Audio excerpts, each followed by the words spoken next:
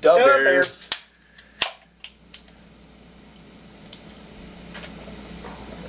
Pigskin Holiday, week 3. Welcome back to Pigskin Holiday, everybody. Edward, the man parrot. CT, over to my left. Yeah. Love you guys. Thank you for coming back. We're going to do what I like to call, and I think that it's catching on so far, my holy shit moments of the week. Now, normally, selfishly, I would start with myself because I like myself and I like to hear myself talk, but... Who doesn't? I'm going with you, Ed. Okay. Yeah. Well, I'll do a brief mention of my holy shit moment of the week, part 1. Okay. Which is the rookie Smith in Baltimore. Yes. 5 receptions, 3 of them touchdowns. All 3 of Flacco's touchdowns went to this guy down the field. How many? 150 something? 152 yards. 152. That's insane. Yeah. That's great. Insane. In the membrane. For a rookie. Cypress Hill. For a rookie. Cypress Hill. Yeah. Yep. Against, I mean, yes, it was against the Rams defense. Swiss cheese. Other than that, man, my real holy shit moment of the week, I don't think anyone saw it coming. Aside from the fact that the Chiefs actually battled back in their game. Yes. Barely lost after 2 dismal weeks in Detroit and at home against Buffalo. Mm-hmm. The Indianapolis Colts. Wow. They fought a hard game against the Pittsburgh Steelers, and Kerry Collins got dinged up. He had a sore shoulder going in, then he got dinged up. May have a concussion. I haven't heard the latest. Yeah. So, who's in running for Grandfather of the Year, by the way? Oh, he looks like your grandfather, doesn't he? He does look like my grandfather. So Curtis Painter came in. Yes. And the Steelers had to win that game at the end. Yes. NBC Sunday Night Football. I can't say enough about that show. Football Night in America. That was a good game. I love that show. I love those guys. And that was a damn good game. They're on Facebook. Check them out. Anyway, that's my moment, man. The Steelers had a hard time dispatching the Colts, and the Colts were supposed to be a dead horse on the side of the road by now. CT, so they are Colts, right? So there's the horse. Absolutely. Absolutely. Ride that horse. You got to ride it till the end, too. Ride it till it dies. Save a horse, ride a cowboy. Yeah. Maybe. It's like a double entendre. Is that what Wipe your ass with an owl. Oh. Bringing up old shit. Now, CT, there's been a metric ass ton of like just unbelievable individual performances so far this season. There has been. And your holy shit moments actually so far are our season leaders. Could you just... Yeah. I'm just going to run through these pretty quick. I'm going to try not to BS on them too much. Are there any surprises in there?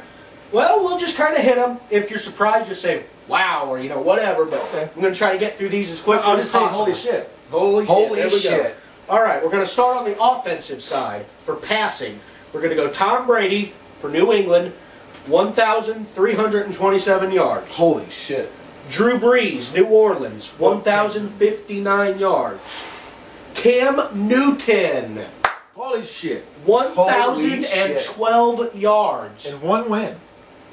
Right. I can root for him now because he doesn't play for Auburn. But all that, 1 win. Only 1 win. That's just exactly. That's insane. Yeah, that's holy shit. Phillip Rivers, my man in fantasy, 979 yards.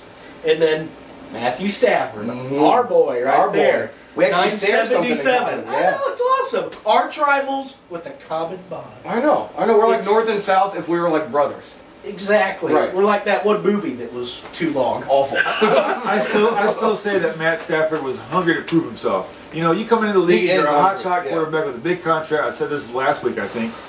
But I watched some interviews and whatnot, and it just seems like he was like, I want to prove myself. I want to show what I've got, and I can't do that when I'm hurt. He needs to. And I think some of his teammates said the same thing. The guy wants to show you what he's got, but he can't help it. He's hurt. Right. So now he's trying to stay healthy. He's doing a few things in his workout regimen and his diet to stay healthy. He is quickly moving himself out of that draft bust talk. Right. Even though he and Matt Ryan are the reason why we have the new rule in the CBA where the rookie quarterbacks don't get so damn much money. Right. Yeah. How about rushing? Darren McFadden. Fantabulous day yesterday. 393 yards this season. Wow. Already. LaShawn McCoy. Hold on. McFadden, that's just his rushing yards. Yes. Wow. If you combine his total yardage, the man's a beast this year. Oh my gosh. Absolutely. Good for fantasy points too, with PPL or FPL. With Jason Campbell at quarterback. PPR. PPR, that one. LaShawn McCoy, Philadelphia, 345 yards. Wow. Then we've going right on down to MJD, 307 for Joe Drew. Representing the 5'9s in the world. I found out last night he's a good surfer. Is he? Maurice Jones-Drew. Wow. Yeah. I didn't know that. He surfed last night in the game. Crazy. There's a monsoon at that game. Here we go. Fred Jackson. Yeah, my boy. My boy in Buffalo. 303 this season so far. What? Right. It's a long road, but it's Epic. Epic. How about Ben Tate? Wow. Yeah. What do you think about this boy with 301? Their record is what it is, due largely in part to him. Yep. It is. I would totally agree with that. On to receivers. We're going to Wes Welker. I mean, he is a monster. I do not care how you look at it. I called this wrong at the beginning of my year. Plaxico Burress? What? No, he's a wide receiver now. Yeah, anyway, he's got 458 yards in 3 games. That's great. Mike Wallace, 377. Steve Smith, Cam Newton's guy. Yeah. He's got 349. Andre Johnson, always a deliverer, Yeah. 316. Then Kenny Britt for 289. Wow. Who didn't do much in the last game this past weekend? Who didn't do much? Hey, he had. Well, who didn't do much? The Rams. Who didn't do much? No, Kenny Britt. I mean, he's coming off of 2 games Kenny previous Britt to this is where he injured. had 100+ yards. Kenny Britt is injured. He is injured. Really? News to me. Newsflash, everyone. Hold the press. What? He's injured. I forget the diagnosis, but he's injured. Does he have bursitis? That came out this week. What did he do this week? He didn't do anything. Right. Right. So I had a question right here, and I forgot what it was. Damn it. Does it have to do with potatoes? No, it was Plaxico Burress. Where the hell's he been? Non-existent? Wasn't that the first game he was an impact? Yeah, and that's then it. After that, That's nothing. it. That's it. And that's kind of what I kind of figured would happen. Is they'd feel him out that first one, throw some wild passes, hope he catches them. Sanchez's first 2 balls to him were wild and high. Yeah. And since then, they've not been doing that. Well, you wonder. Why is that? Does it have something to do with the people they've been playing? I don't know, but if he was if it was a conditioning situation, Rex Ryan probably wouldn't tell you. Oh, no. So who knows? Well, we're on wide receiver, so I had to ask about Plax. Right. I mentioned No, wide it's receiver a valid question, you know. I mean, if you got the time, we've got some of the defensive. I'll run through those real quick. We got plenty of time. All right. Indianapolis, Engerer, 42 tackles. Engerer. In 3 games. So it's In like 3 12, games. 14, 15. Insane. Ridiculous. Atlanta, 14 games. we've got Weatherspoon for 31 tackles. Representing Mizzou, by the way. Absolutely. Good job. Good job. ZOU. They blew the game against Oklahoma, by the way. did. They gave the game away. Mizzou. Could have won that game. Absolutely. In San Francisco, we've got Bowman for 30. Wow. And then we've got Cleveland, Jackson. He's got 30 as well. DeQuell, yeah. Yeah, that's pretty good. Yeah. And Buffalo. Crazy team going on here. Barnett for 29. Who none of us took seriously, by the way. We called Buffalo, that Tennessee, and Seattle. Tennessee's 2-1. Yeah, Tennessee's 2-1. Buffalo's 3-0. Detroit, you guys called that, and I was with you on that. So Sacks. This is not nearly as impressive as you would think for this far into the season. It's not that far, but it's 3 games in, and we've got some amazing rushing for the pass. But what it does say for the league in general, this sack total we're about to hear from you, which is a surprise, it's a team thing. It really is about systems. It's about being in position and playing your position properly. This also says that a lot of offensive lines are doing their job. Exactly, especially not St. Louis. We've mentioned in the they don't count. We've mentioned in the last couple shows actually about how a lot of teams have changed around their offensive line and are doing different things. So it's actually surprising the number, like how low the number of sacks is, considering all the different offensive line changes that we've seen in the league. I'd like to know how many times Sanchez has been sacked because that O-line there is supposed to be pretty good. Yeah. Led by Mangold. Mangold, yeah, Mangold. So Mangold's a monster. They signed him He is to a a long monster. The Ohio State contract for a reason. Yeah. The Ohio State. The Ohio State. So let's start off. Minnesota, Jared Allen. You would expect huge numbers from this guy because that's what he does. 4.5 this season. Through 3 games. So Through 3 games. So that's less than... that's 1 sack per game and 1 run by the guy hit on the helmet per game. Right. Exactly. Is that how it goes? Yeah, I think so. We're going to go with that. Then we're going to go to the Giants with Pierre Paul. Who's this? Where'd this guy come from? He's tied with Jared Allen. He's gonna get more. That guy's good. He is, He obviously, really because he's tied with Jared And freaking he's- Allen. 4.5. The Giants have been a little low at that position. I think Umanyor yeah. is still out or whatever. And Tuck. And Tuck's Tuck. So that guy's trying to carry the load. I mean, and he's doing pretty good. I think by the time you get the team sort of back healthy on the defensive front, this guy's going to be turned loose a little bit. I think you're right. I mean, the Giants... he's definitely an underdog, because who the hell's heard of this guy until right now? Right. Out of us. Right. Before we did our little research. I did some in preseason, but I was like, I don't take that to stock too much. Right, but I mean, that's preseason. You Look really at the cannot... Rams. They're like 4-1 Yeah. or 5-0 or something in preseason. Yeah, Now they're they were 0-3. perfect in the preseason. Right. So, Now look at them. So you can't take the preseason seriously. Right. But then we're going to go on to Philadelphia. 2 guys right now. We've got Babin and Jenkins. We've got both of them with 4 sacks. Wow. Philadelphia's killing it on the defense, Yeah. which you wouldn't think because of their record. So what's going on with that? Right. you got to think too when you get these 4.5, blah blah blah, these 0.5. That's because you can also have an assisted sack or however they say it. That's what that is. Two guys hit get there, they both get half sack. Exactly. Oh, half sack. Half sack. Sons of Anarchy. Yes. Little plug of FX. He's Tuesday got nights, 9 one o'clock. bowl. He's dead now. He is. He died in season 2. Yeah, unfortunately. Yeah, But I liked him. Anyway. Sons of Anarchy on FX Tuesdays at 9. Free plug. Suggs. The man. 4 sacks.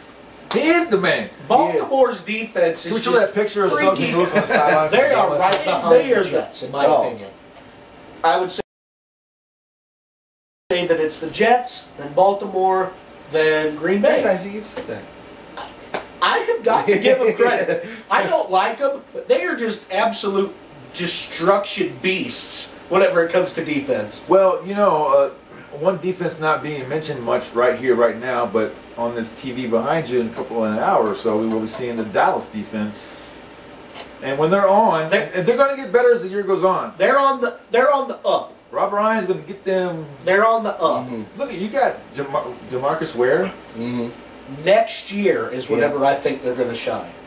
This year, they're going to work into it, and they're going to get better as the year goes on, like you said. But next year's when they're going to shine, I think. Yeah, but Dallas fans are not waiting for next year. That shit's over. We've been waiting for next year too long. Romo needs to step it up. The defense needs to step it up. Let's go, Cowboys. I understand that, but that's just how I think it's going to be. And then picks, going to go through these real quick. New England's leading it up with Mannington, and that's 3 picks. Then Green Bay with Burnett, 3. San Francisco's got Brock with 2. The Jets, Cromartie, with 2. Duh. And then Buffalo. Who went out? Got Florence with 2. He got injured. He got rocked yesterday in the dirt. The picks aren't looking super high this year so far. Dirt. Which is really surprising. It's surprising because Ed Reed, who had 2 in the very first game, hasn't had any since. Exactly. You know? Because no one throws to the guy if they're smart. That's just like Revis Island. But I mean, how can you not throw to a a strong safety's direction? Asante Samuel in Philadelphia. Don't throw to the guy. Well, yeah, I mean, yeah. He'll So, yeah. that's my holy shit. I'm sorry it took so long, Mario. Dude, no, it's no problem at all. Holy Because shit, it took a while. It did. Because holy shit, mine's gonna go by real fast. My holy shit moment of the week is not really, I guess, a moment. It's more of standings, and it's not particularly because I love the Jets and I hate the Patriots, and I, respect the up and coming Buffalo. But the fact that you have a Buffalo team who's 3-0, you have a Jets team who is solid. I mean, granted, they went into Oakland and they lost.